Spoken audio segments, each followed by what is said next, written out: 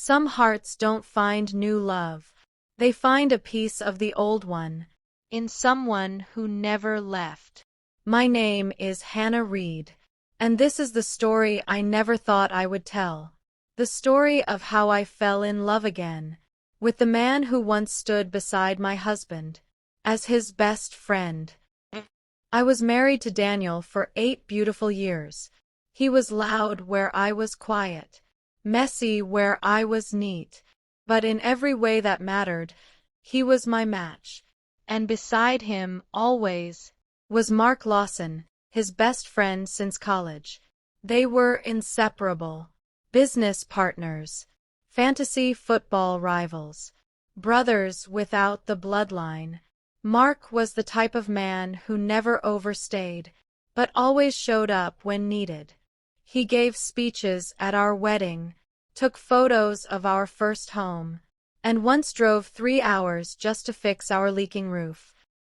When Daniel died in a sudden accident, Mark was the one who held me up at the funeral. Literally. I remember collapsing in the church hallway, my legs trembling, my breath lost, and Mark, silently, catching me before I hit the floor. For the next year, he never let me grieve alone. He brought groceries when I forgot to eat, fixed the sink when I refused to ask for help, sat quietly on my porch every Sunday, even when I said I wanted to be alone. He didn't try to fill Daniel's place. He simply protected it. I didn't see it coming. The moment everything changed.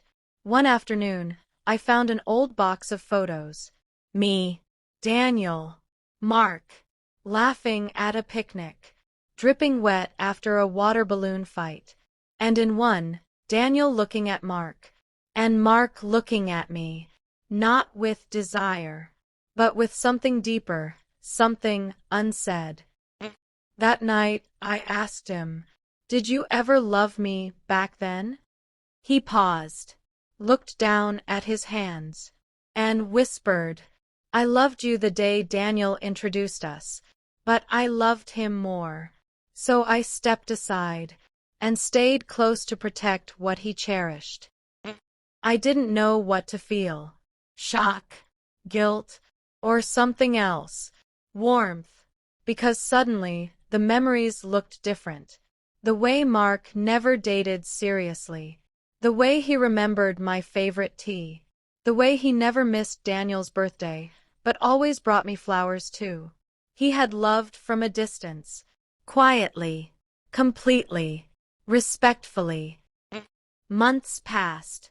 And one rainy night, after laughing over an old movie Daniel used to love, Mark turned to me, eyes glistening, and said, "I will never try to replace him, but if your heart ever wants to walk again, I would be honored to walk beside it." And so began a new chapter.